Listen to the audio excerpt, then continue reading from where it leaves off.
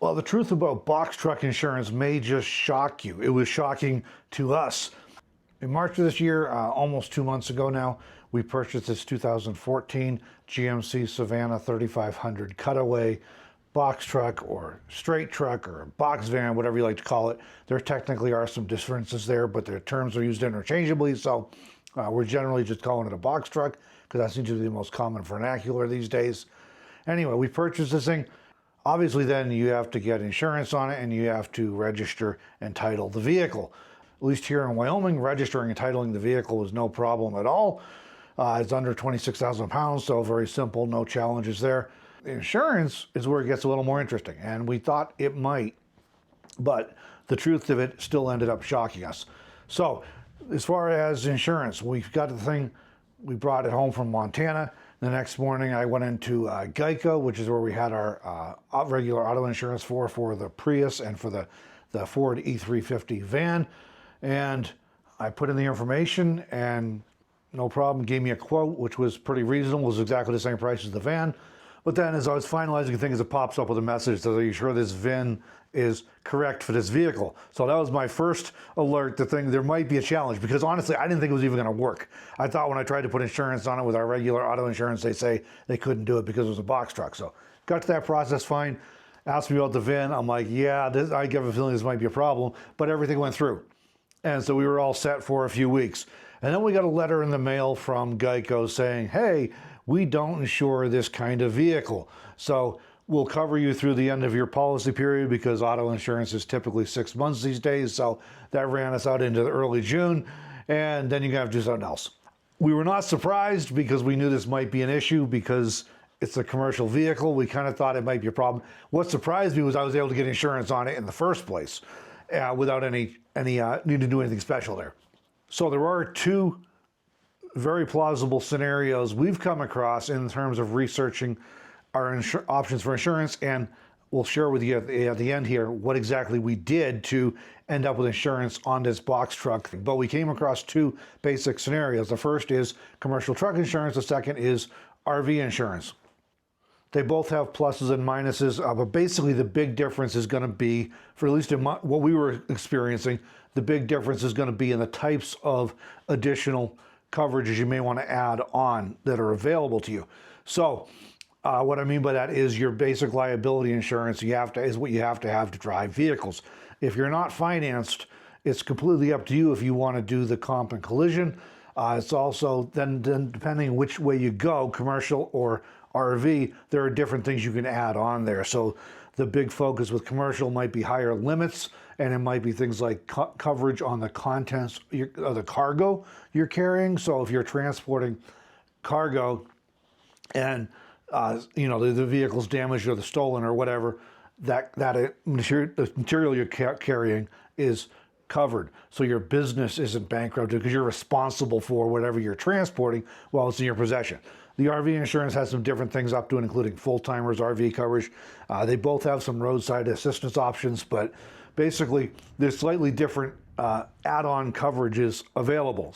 So first, RV insurance. And I want to clarify here that there's actually two different things about getting your box truck or schoolie or shuttle bus or any of the rest of these commercial vehicles into the RV world.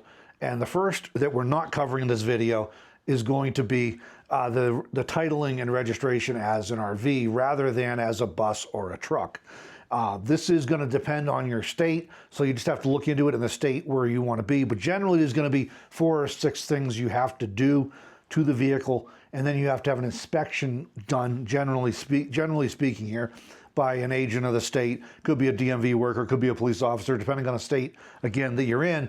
And some may be more or less stringent, but the idea is you have to have things in it that they expect to see in an RV. So that may include a permanently installed refrigerator, a permanently installed stove, a permanently installed shower, a permanently installed toilet, a permanently installed bed, and it's about 4 or 6 things depending on the state. And once you've done all that, you can get that inspection done, and then you bring that to DMV or to whoever does your registrations in your state, and they'll allow you to change the title from a commercial vehicle to a RV. The challenge is, if you haven't registered it in the first place, you have to get the vehicle home, and then you have to get all the work done on it to make it qualify for RV title and registration before you can get it done. So you may have to have the vehicle towed a couple times, or you may have to, if you're, again, depending on your state, you may be able to arrange to have an officer or a DMV official come out to your property to where it's parked to inspect the vehicle. You just have to look into all these things. That's kind of beyond what I want to get into in this video. We're just talking about insurance. So, but I want to bring that up because it's separate from the RV insurance we're going to be talking about here. So they're kind of two different things. And in this case, you can have the truck registered as a truck and still have RV insurance on it. So they're not really the same situation there. And a huge shout out to the Van Life Meow YouTube channel with Dave down in Nebraska. I got this tip on the RV insurance there. And again, the insurance is going to be very similar. It may vary slightly, but it's going to be the same kind of things they want to see in order to insure the vehicle, the commercial vehicle, as an RV. And the tip I got from Dave that was great is Progressive has a DIY RV option. And that will come up sometimes where insurance companies may not want to insure you if it's a DIY RV because they don't know what was done and how it was done.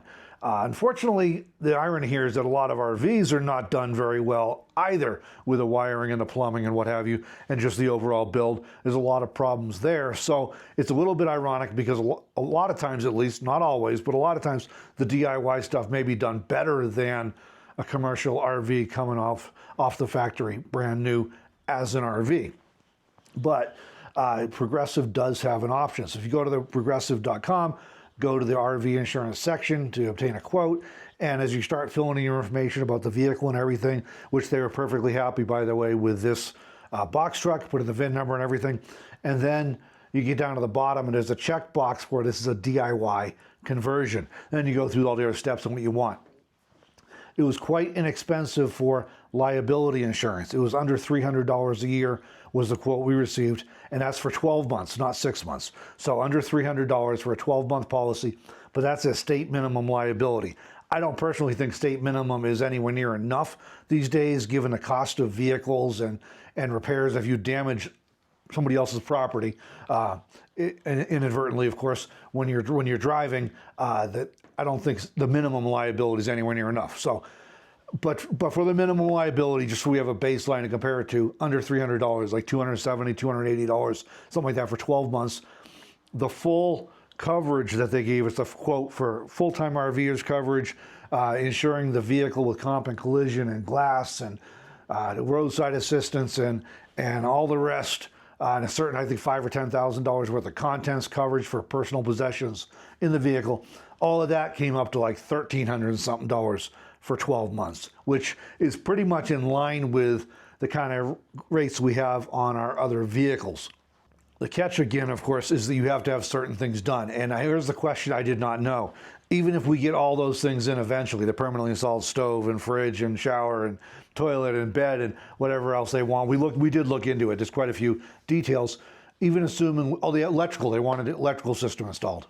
And they're going to want you to send photos showing all of these systems as well as other details about the systems you have installed. So here's my question. This thing is still in process. You can see behind me we're making some progress, but it's still in process. And it's going to take us, we're kind of figuring over the course of the summer. Our big push right now is to get it usable, and then we'll get out and use it. We'll have stuff moved into it, and we'll see what's working for us and what's not. And over the course of the summer, maybe longer, but at least over the course of the summer, we'll keep plugging away at the build. So how's that going to work? And I don't have an answer to this for you, but I was concerned that if I just have to send them pictures and say, well, this is where we're going to put the shower, and this is where we're going to put the toilet, and this is where we're going to put the kitchen, I wasn't sure if that was going to fly. Best case, they'd probably tell us you have a certain amount of time to send new pictures showing how it's actually done. And when you deal with insurance, especially auto insurance here, you have your initial application, and as long as everything goes okay on the initial application, they'll issue a policy, but then they go through the underwriting process where somebody applies some degree of review to your policy. So then, of course, that's what happened with when we put the insurance on our regular for this truck. We got insurance with a regular automobile policy. Was when they got to the underwriting, they're like, oh, hey, we don't insure this kind of vehicle because it goes under a different division. It goes under commercial truck, or if we have it converted under RV insurance. So I wasn't sure where it wasn't built out yet if we'd get jammed up on that again. And I didn't want to go through another cancellation during underwriting. So it looked like everything on the process, we got right up to the end, and it looked like we'd have no problem getting the policy. But again, would it be a problem with underwriting? And it does, of course, force you into doing a certain number of things that maybe you don't care about. Like maybe you don't care about an installed shower. You're happy going to the gym or the local rec center or a campground once in a while, or whatever you do for a shower or an outdoor shower, however you want to do it. So maybe you don't care about that, but you're going to be forced into putting it in.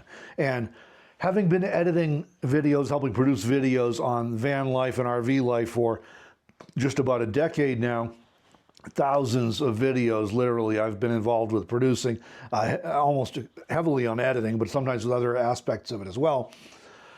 I can tell you that an awful lot of people who have showers, whether they put it in themselves in a DIY build or they have a RV that had a shower with them when they bought it, they don't use their showers. So it's kind of one of those things where sometimes you may be forced into doing things that you don't even care about and you don't even want to, but you have to do it to jump through the hoops. And that still may be the best way to do your build. Even if you don't use some of those things, the best way to get your insurance.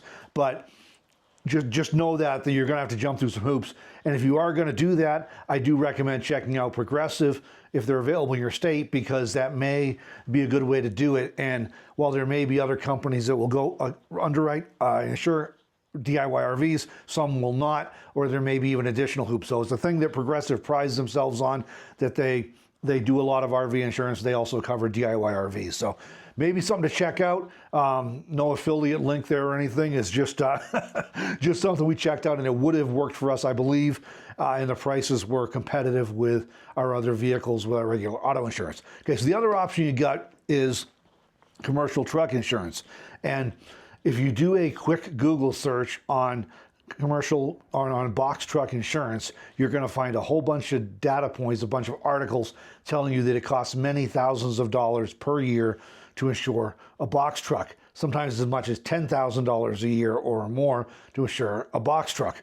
That's terrifying, right? And that's I think the information that most people have is that it's super expensive. So I decided I wanted to find out for sure if that was the case. Multiple insurance companies I looked at, their websites, they would not give a quote for commercial insurance, commercial box truck insurance over the website. You had to call and talk to somebody, which could get to be a hassle if you have to do that several times. So I did find out, here's another tip for you that you might not know about.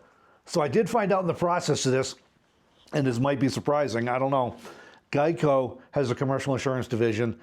They, in addition to their regular passenger car insurance division, they also have a motorcycle insurance division. They also have an RV insurance division. And when I first bought the travel trailer, I actually had RV insurance on it through Geico, had full coverage on it, and eventually I dropped that because you don't have to insure trailers if it's not financed or anything, and we pay cash for that. And it's the things like at a point now, this condition is such that I just didn't want to pay insurance on it anymore because I knew they were not going to really pay anything out meaningfully if something happened to the trailer anyway. But they do have those different divisions. So they have a commercial insurance division, and at least here in Wyoming I was able to get a quote on box truck insurance, commercial insurance, through the website without having to go and talk to anybody or anything. And that's helpful when you're just doing research. At least for me, I prefer to just do my research online and figure things out and not have to worry about talking to people and everything. So I did the quote, and it came up within a few dollars of the exact same as the RV insurance quote for this box truck, the DIY RV insurance quote for Progressive. Geico gave me almost an identical quote for minimum liability for this truck. And again, as I said before, I don't think minimum liability is enough, but I'm using it as a baseline comparison so that we're comparing, apples with apples here as far as the numbers go. And it was like $278 a year, I think. And again, 12 months, not 6 months. So even bumping it up with better coverage to what I thought was reasonable, it came up to like $310 or $318 for 12 months. One thing about commercial insurance, they ask you about your business, and the insurance company you're working with may vary in how much data they want or how much information they want about your business. Melanie and I actually have, depending on the month you ask me, we either have 3 businesses or we have 2 businesses and a side hustle. And that is my main business is broadly under publishing and content creation. I do video editing, video production, photography, book publishing, sometimes some website stuff, all that sort of thing. So it's all under the content and publishing sphere. That's my main bread and butter business. We also have a kind of a part-time business where but it's a definite ongoing business where we do property inspections, commercial and residential property inspections. And so we have that business, that's an LLC and everything, employee ID number, all the other stuff that an insurance company might want. And then we have a resale business that sometimes is a fairly solid part-time business, sometimes is kind of a side hustle. We did, for example, pause it when we went to travel to the desert this year for snowbirding. We just put it on pause and didn't want to deal with it because of having to deal with all the address changes and everything else, and shipping from a different place and all of that. So we have like 2 businesses, a side hustle, or 3 businesses. So there was no problem for us getting commercial insurance because we do have businesses. But the price for the liability was exactly the same, within a few dollars of the RV insurance, which was exactly the same, within a few dollars of minimum liability for our passenger vehicles. Actually, I think in both cases they might have been cheaper than our passenger vehicles, but same kind of thing. There was not more expensive for sure.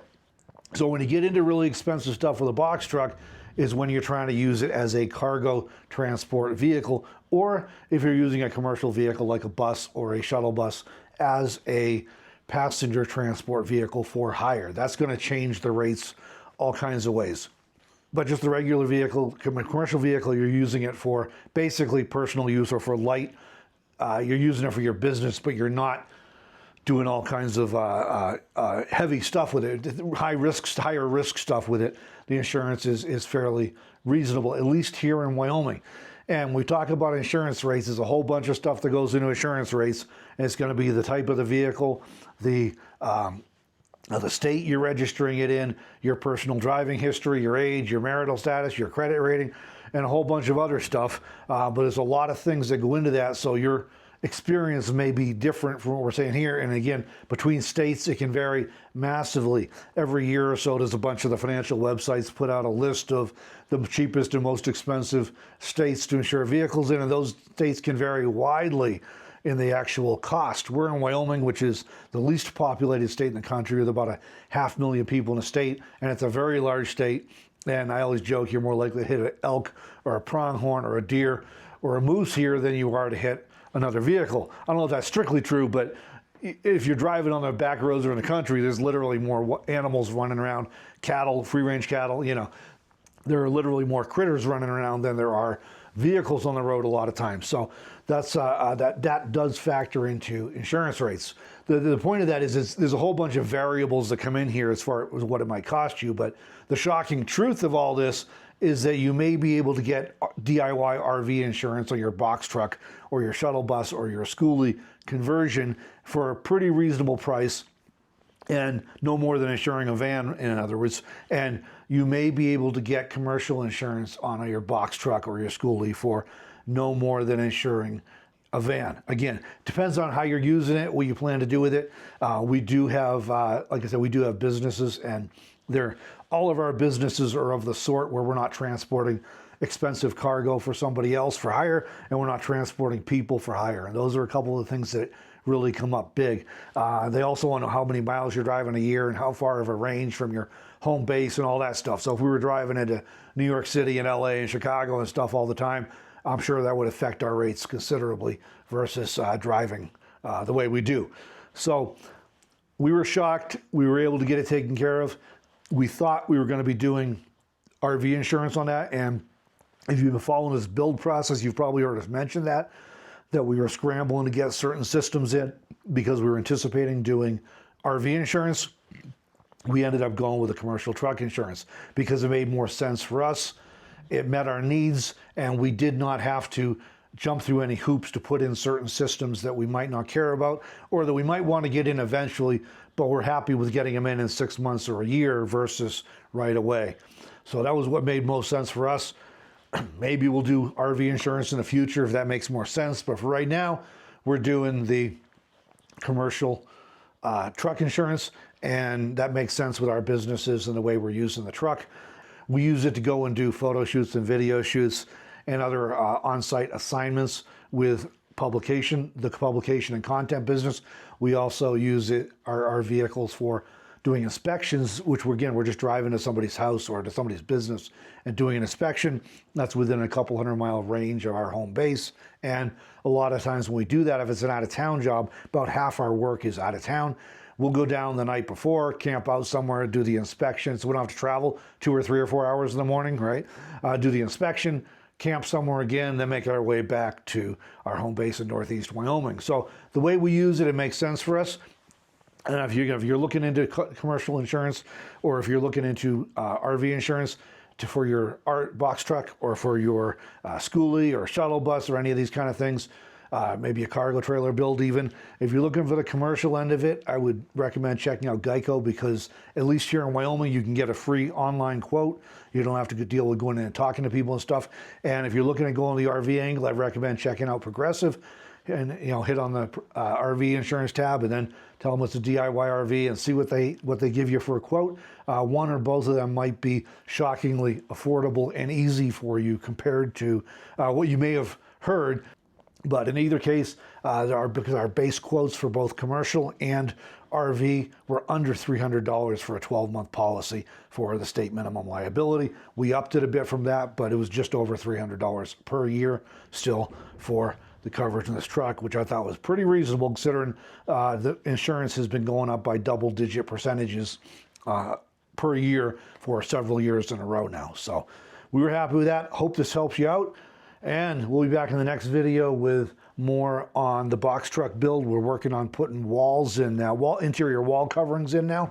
And we'll show you some step-by-step of that. It's going to be a 2 or 3. We've already got a full day in, and we're not near done. So I don't think we're even halfway yet. So we'll be back in the next video. We'll share with you how we're doing this, and we'll show you the actual steps and what exactly we're using for our interior wall coverings in our DIY box truck conversion.